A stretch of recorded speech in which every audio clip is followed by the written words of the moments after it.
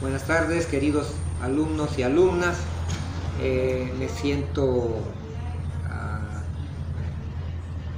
es difícil poder dar una clase así, pero vamos a intentarlo. Antes que nada, quería hablarles un poco acerca de la situación que estamos viviendo, lo que es el coronavirus. Decirles que este es un virus que está catalogado como un virus de afecciones respiratorias. Quiere decir que está en los son SARS, Sistema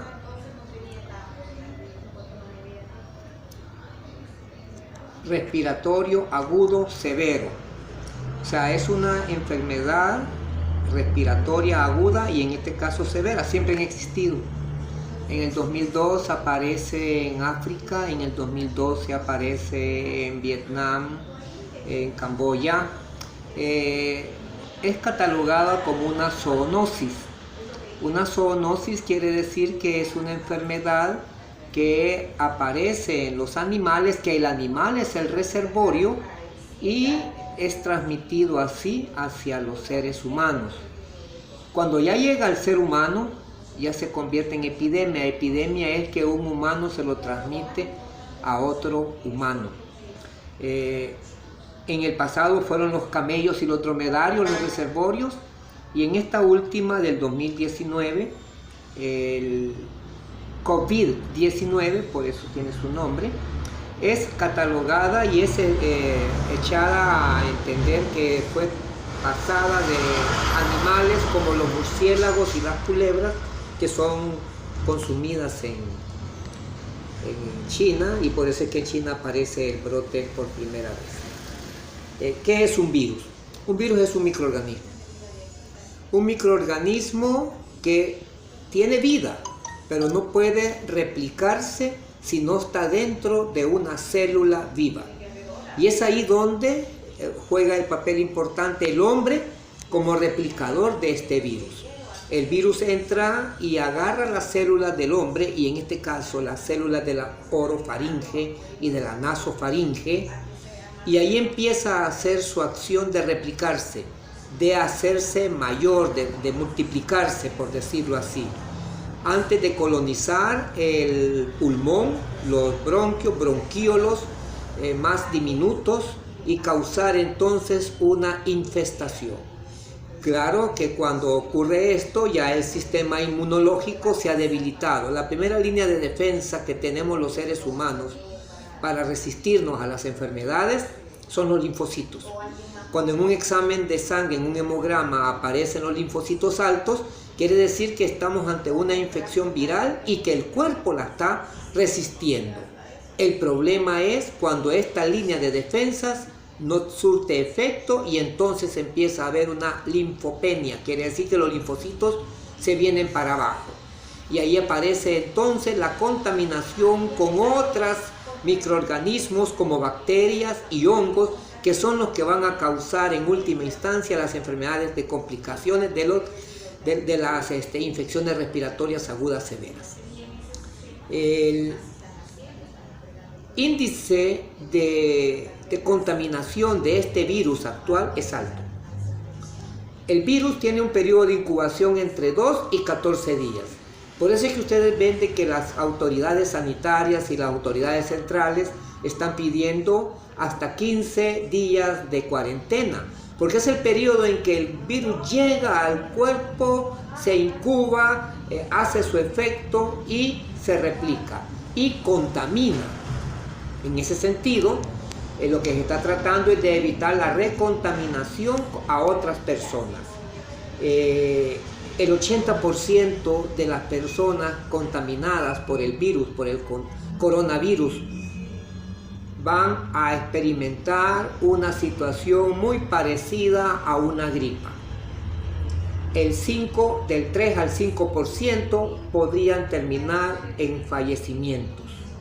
Y hay un porcentaje de esas personas que obtienen la enfermedad de una forma severa, que se van a componer, pero que pueden sufrir complicaciones posteriores como la fibrosis pulmonar.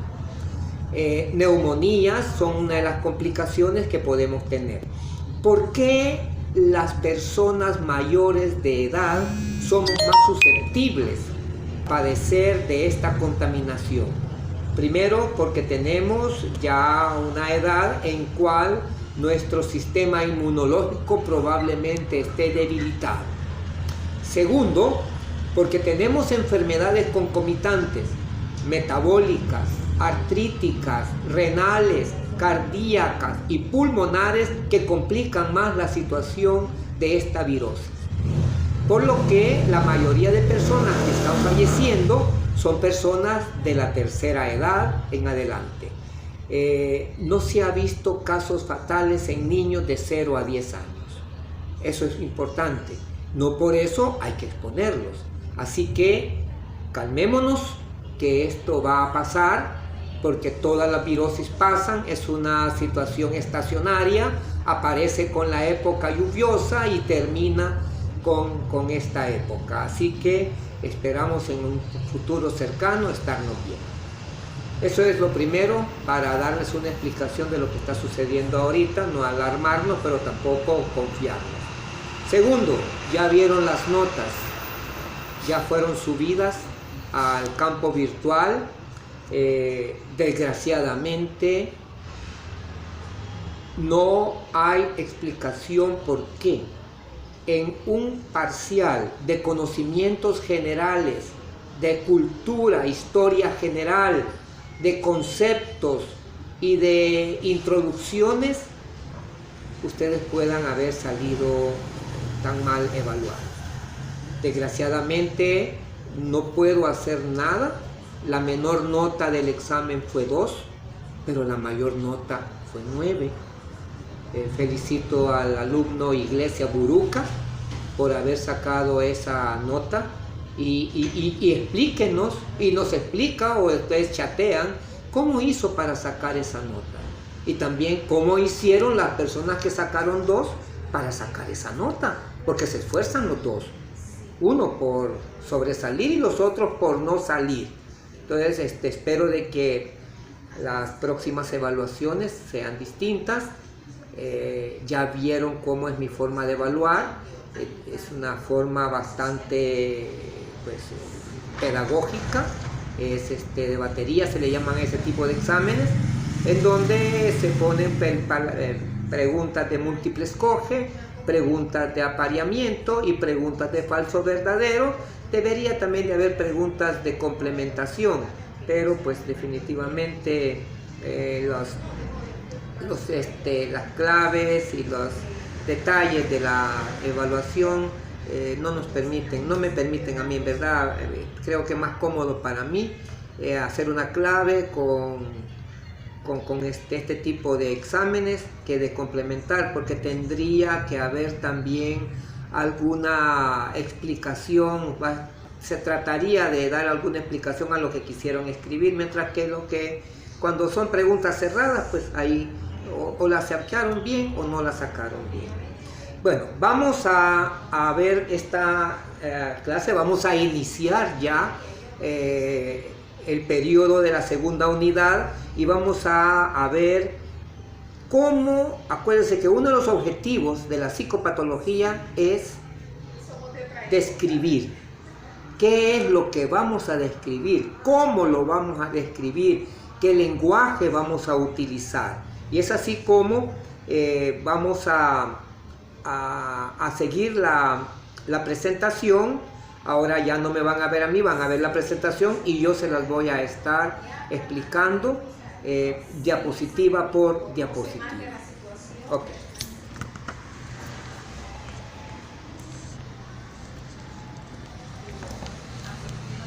Bueno, el tema de esta tarde, que corresponde al sábado 14 de marzo, es semiología psiquiátrica. Vamos a ver la psicopatología de dos funciones mentales superiores. Una de ellas es la atención y otra de ellas es la orientación. Primero, definamos qué es semiología. Y encontramos en el diccionario que semiología se define como el estudio de los signos y los síntomas de una enfermedad. ¿Qué es signo? Bueno, signo es lo que nosotros podemos ver en una persona. En el ejemplo que tenemos en la pantalla, ¿qué podemos ver?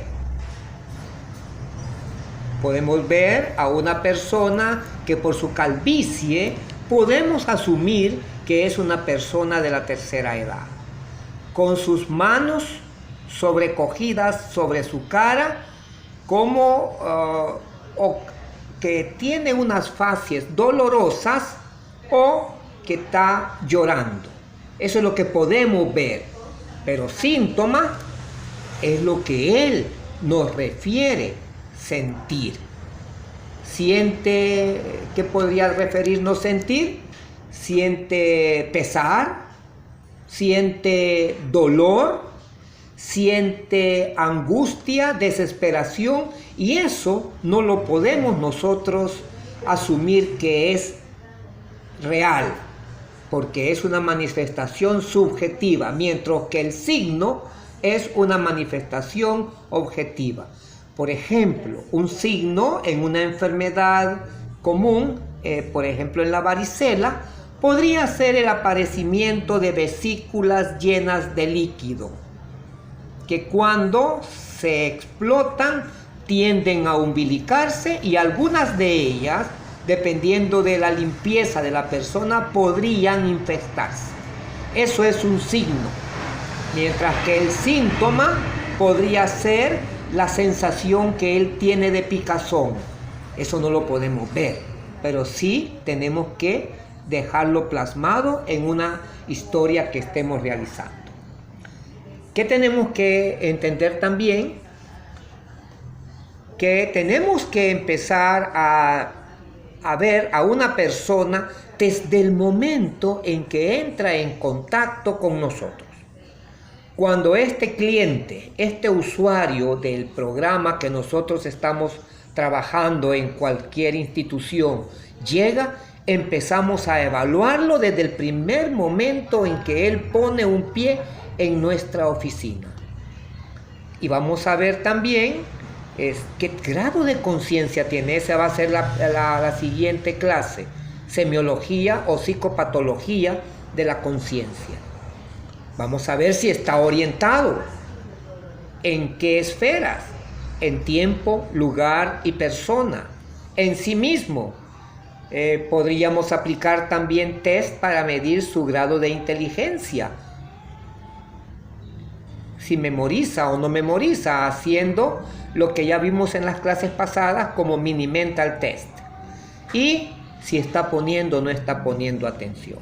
Esta tarde vamos a hablar de la semiología, de la orientación y de la atención.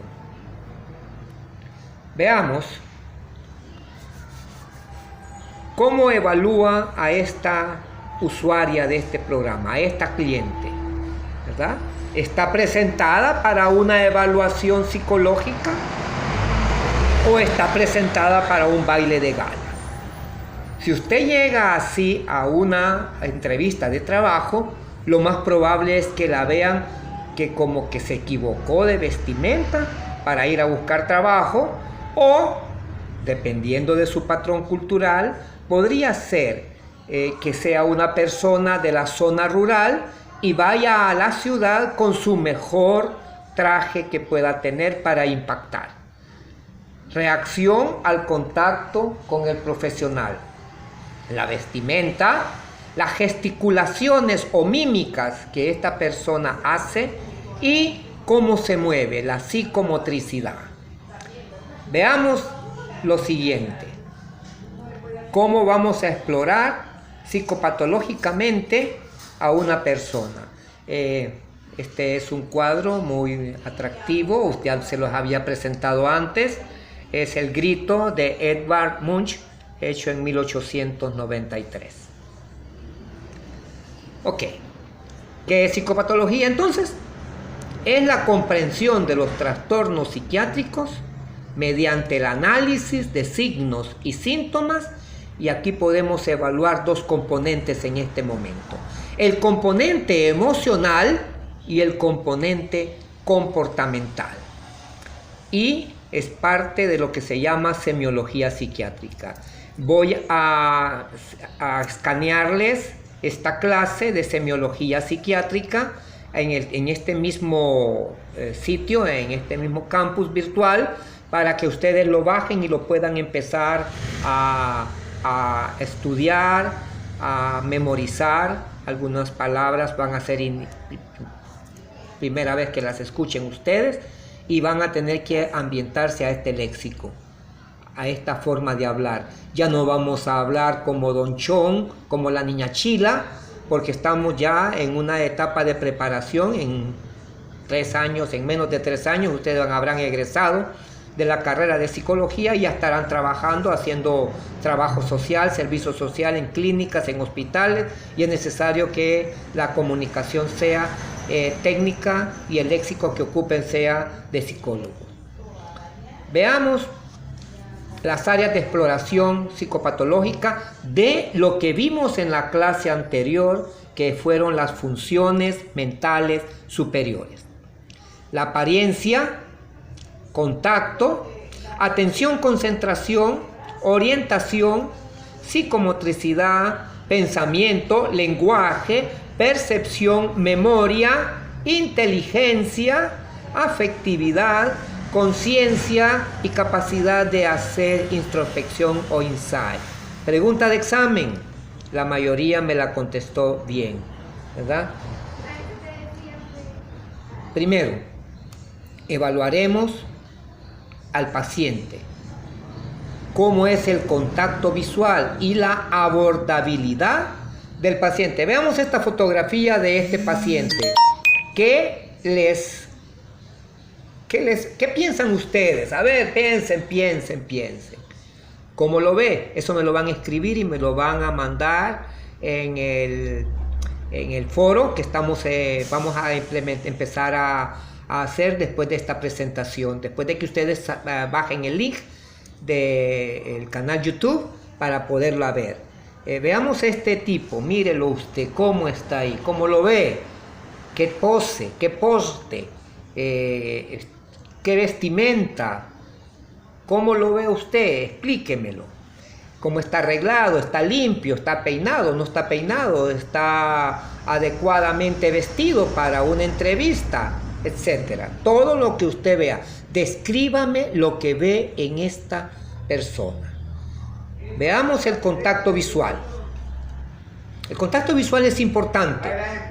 La intensidad y duración de ese contacto, si lo mantiene, si no lo mantiene, si evade la mirada, si la mira fijamente, si no lo mira, todo eso es importante que usted lo describa en una exploración física. Y también nosotros, los evaluadores, estamos siendo evaluados. Veamos si una mirada fija o una mirada evitativa, ¿qué podría demostrar? ¿Qué podríamos sospechar de esta persona? Y como ustedes pueden ver, no solamente es del paciente o cliente o usuario del programa, sino también del psicólogo, del médico, del entrevistador, del consejero, del trabajador social, el que esté haciendo esta entrevista. Si el paciente evita el contacto visual, ¿qué podríamos pensar? Primero, que está deprimido, tendrá una afección en el estado afectivo, sea una fobia social. Estos dos temas los vamos a ver en Psicopatología 2, que pueda ser paranoides, psicóticos. Ve cómo cambia el concepto, que aquel que no lo ve a la cara es porque está mintiendo. También podemos recordar que si no tiene ninguna de estas condiciones, podría ser que la persona esté fingiendo, esté mintiendo y evita verlo para no ser descubierto. Si la mirada es fija del paciente, ¿qué podríamos sospechar? Que nos está intimidando, podría ser. Pero ya trasladándolo a una psicopatología, ¿será que es un agresivo que está en una fase maniacal? Y veamos cómo nos veríamos nosotros. Si nosotros somos los que evitamos la mirada, ¿qué va a pensar la persona que estamos entrevistando? Uno, que no somos seguros, que no tenemos dominio del tema, que somos inseguros o que no tenemos interés y por eso no lo miramos, ¿verdad? A veces estamos hasta mirando otras cosas, en vez de estar tratando de analizar el cliente que tenemos enfrente.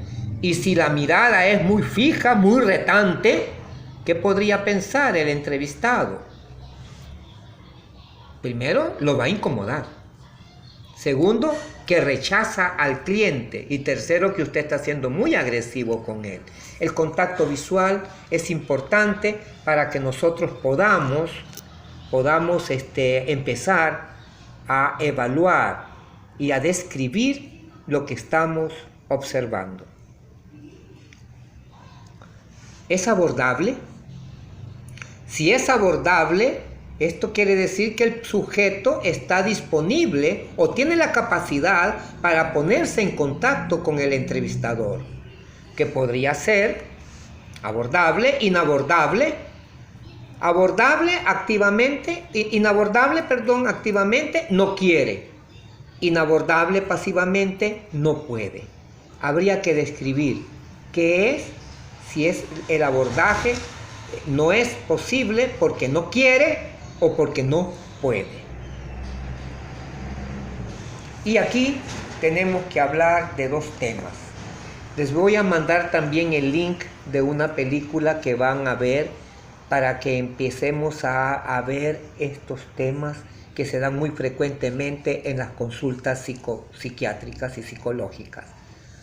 Un cliente puede disimular una patología, pero también la puede simular. Y aquí tenemos que ver qué es lo que él pretende disimulándola y qué es lo que él pretende simulándola. El paciente oculta los síntomas y en la simulación el paciente quiere aparentar un trastorno mental o físico. En la película que vamos a ver se llama Atrapado sin salida. Es una película el actor es un ganador del Oscar. Es ¿cómo se llama este actor?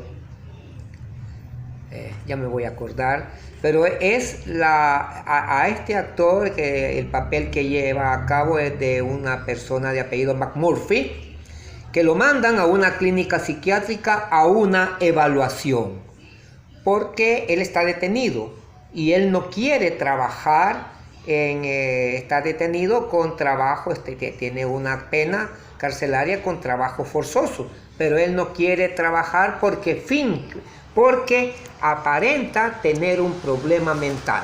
Y entonces lo mandan porque creen que él está fingiendo. Y en este hospital van a hacer una evaluación y van a dar recomendaciones para poder entender qué es lo que está pasando con McMurphy. Ok. Entrando ya en tema, ¿qué es atención y qué es concentración?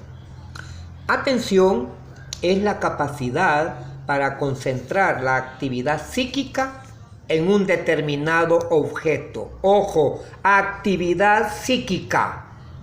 O la capacidad para orientar su conciencia, su estado de conciencia hacia algo que se experimenta.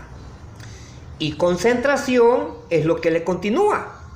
Es la capacidad para mantener la atención focalizada sobre un objeto o una tarea. A veces creo que este es un problema de los estudiantes de las carreras, de cualquier carrera, que puede ser que pongan atención, pero no mantienen la atención y entonces fracasan en el aprendizaje. Cada uno tenemos diferentes formas de aprender. Hay diferentes formas de memorizar y hay que explotar la memoria que más le es fortalecida en usted, ¿no? Hay memorias auditivas, hay memorias visuales, hay memorias, lo que se llama memoria fotográfica. Hay personas que necesitan explicar lo que están leyendo para que se les quede, pero quizás lo más importante para poder reforzar el conocimiento es involucrarse. No se va a aprender a ser psicólogo desde un libro. Tiene que aprender usted a ser psicólogo desde la clínica. Es la única forma. Van a ser clínicos de alguna manera. ¿Cómo exploramos la atención? Primero, acuérdese que el aparato ocular es importante para esto. También, cuando estamos escuchando, es el oído, el oído medio. La lentitud o retardo de las respuestas repite las preguntas. ¿Ya? Cuando repite las preguntas puede ser de que o no escuchó bien o quiere reafirmar lo que escuchó. Veamos. Y también hay pruebas específicas para la exploración. Ya lo vimos en la clase pasada. Como por ejemplo, en un texto, ponerla a tachar determinadas letras o formar un conjunto, trabajar con la aritmética, haciendo que la persona de 7 en 7 vaya disminuyendo de 70 hasta llegar a 0, para ver qué tan es esta persona capaz de mantener la atención en ciertas áreas. Veamos este ejemplo. Ok. Presta atención o no lo percibe. En personas normales, en pacientes con síndrome de negligencia. O sea, este es un síndrome que ustedes no lo han todavía entendido. Es en los trastornos de la conducta o trastornos disociales. Las personas se niegan, eso quiere decir negligencia, negar a hacer lo que se les está pidiendo. Veamos ese ejemplo. ¿Están viéndolo bien? Vean la fotografía de arriba, vean la fotografía de abajo. Ok. Hay que darles un tiempo para que observen similitudes o diferencias. ¿Son iguales las dos fotos? ¿O hay algo distinto en una de ellas? ¿Están poniendo atención? Veamos qué hicimos para llegar a esa conclusión que ya espero la hayan llegado.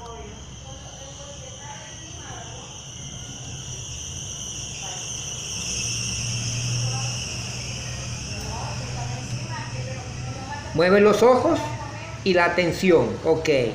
Veamos la punta del avión. Ok. Vemos las personas que están subiendo. Vemos el avión. Vemos la cola del avión.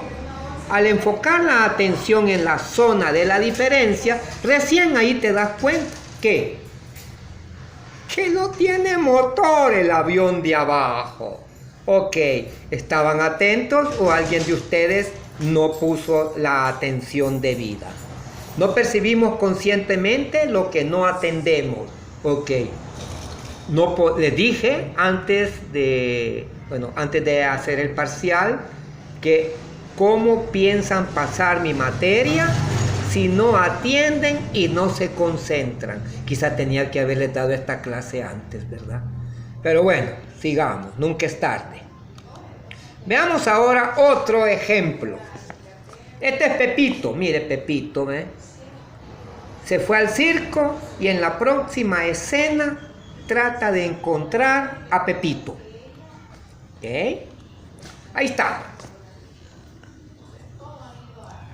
Explíqueme en el foro cómo lo hizo usted antes de de saber cómo se debería hacer para fijar la atención. Busquemos a Pepito y vamos a empezar desde arriba, ¿ok? ¿Es ese pelón Pepito? ¿Es ese señor con la señora y la niña Pepito? No, nos damos cuenta que no son Pepito. Nos vamos al otro lado. ¿Es ese payaso Pepito? No, tampoco es Pepito. ¿Será ese otro? ¿Malabarista? No es Pepito. ¿Ese que está con los audífonos? Tampoco. Nos damos cuenta entonces que Pepito no fue al circo, se bajó a sus papás y a saber a dónde se fue. Fijar la atención, decidir, volver, dejar de atender y fijar la atención en otro punto. Fijar la atención en un nuevo lugar. Eso es lo que hacemos para este ejercicio de atención. Estos son pasos y estos pasos se llaman procesos cognitivos. Ojo, estamos evaluando procesos cognitivos, o sea, estamos evaluando las funciones mentales superiores. Eso que nos diferencia en la escala evolutiva animal de los demás animales, las funciones mentales superiores. Ok. ¿Cómo estudiar la atención? Bueno, lo podemos hacer desde dos perspectivas. Bueno, buscando a Pepito y la flecha y el asterisco. Veamos qué pasa en nuestro cerebro. Controla el movimiento ocular. Permite separar cada paso cognitivo. Veamos ahí. Tenemos la atención en el lado indicado por la flecha. ¿Ok? Ya vimos el cuadrito. La flecha nos está diciendo que pongamos atención en el cuadrito de la izquierda. ¿Qué es? Pues esto es lo que hace nuestro sistema voluntario de atención, que está en el dorso del cerebro. En segundo pasa entre la flecha y el asterisco. Veamos el asterisco. Mire usted lo que pasó en su cerebro. Ya es el mismo dibujo, pero en la siguiente tenemos el asterisco. Un segundo pasa entre la flecha y el asterisco. ¿Qué estamos poniendo? El sistema automático de atención. ¿Y esto de dónde viene? Del SARA, del sistema de activación retículo ascendente. Y yo sé que la neurofisiología no nos gustó a la mayoría, pero eso es lo que pasa. Todo tiene una explicación y está en ese músculo que se llama cerebro. Sistema voluntario de la atención es una atención espacial. La anatomía está en el dorsal surco parietal inferior, ya lo están viendo ahí, surco parietal inferior, frontal del ojo, del campo del ojo. El campo del ojo está en el lado occipital, en ambos hemisferios, tanto izquierdo como derecho. Las características: tiene una representación espacial y se activa al preparar movimientos oculares y manuales. Función, reorientación y alerta. Esto está a nivel ventral, ya no está a nivel dorsal. En la unión temporoparietal, en el giro frontal del hemisferio derecho. Las características: sin representación espacial, es activado por estímulos inesperados, por estímulos dolorosos y estímulos infrecuentes. Es el sistema automático, el que usted no tiene que voluntariamente fijar la atención, sino que esto se activa involuntariamente. Veamos cómo podemos verlos en las áreas cerebrales. Los síntomas están determinados por la ubicación de la lesión, no la etiología. Y por ejemplo, en el accidente cerebrovascular, en la enfermedad de Alzheimer típica y atípica. Algunas drogas anticolinérgicas, esos que sirven para los cólicos, para las colitis nerviosas, la escopolamina, la iosina, la iosiamina, o por estimulación magnética transcraneal. Otros aspectos también de la atención: el estado de alerta, que podría sufrir algunas alteraciones, la inhibición en la resolución de conflictos, la coordinación, y debe subdividirse en unidades menores que interactúan con el proceso de la orientación. También tenemos que ver qué está puesto en manifiesto en la atención: las áreas del cerebro, las tareas, así como también las áreas, ya eso ya lo habíamos hablado, y los neurotransmisores involucrados en estas tareas. Por ejemplo, en la función vigilia, la tarea es monitorear. Si estamos vigilantes, estamos monitoreando. ¿Cuáles áreas están involucradas? La frontal derecha y la parietal derecha.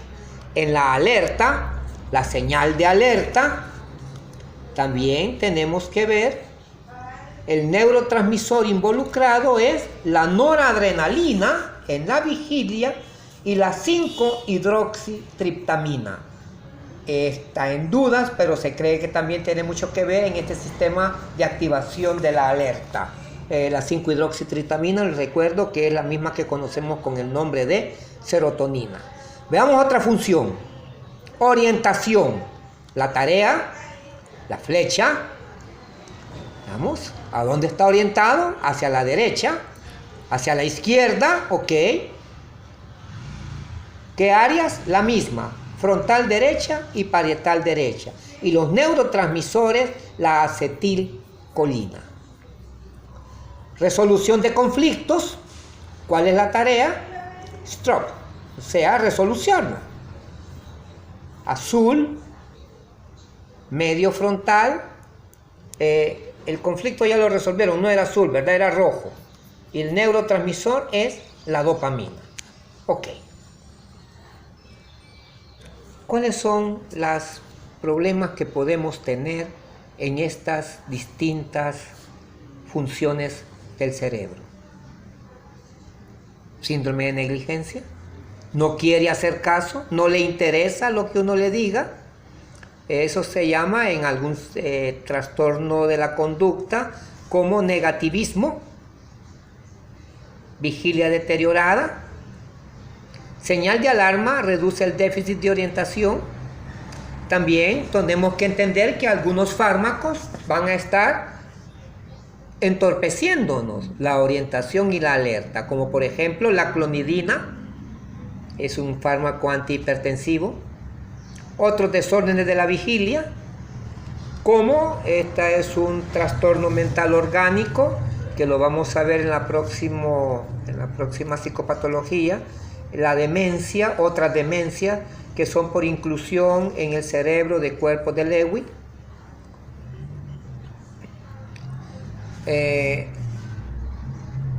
Algunos tratamientos experimentales a través de activación endógena de la vigilia, entrenamiento de la vigilia con juegos de video, y algunos farmacológicos como la noradrenalina y un fármaco que se está ocupando, ustedes lo conocen con el nombre de Memtis, que supuestamente hacen que la persona ponga más atención en lo que está realizando, el modafinil. ¿Cuáles son los trastornos? Aquí ya vienen las malas palabras de las cuales les estaba hablando. La hipoprosexia, cuando vean ese prefijo hipo, quiere decir que la atención está baja.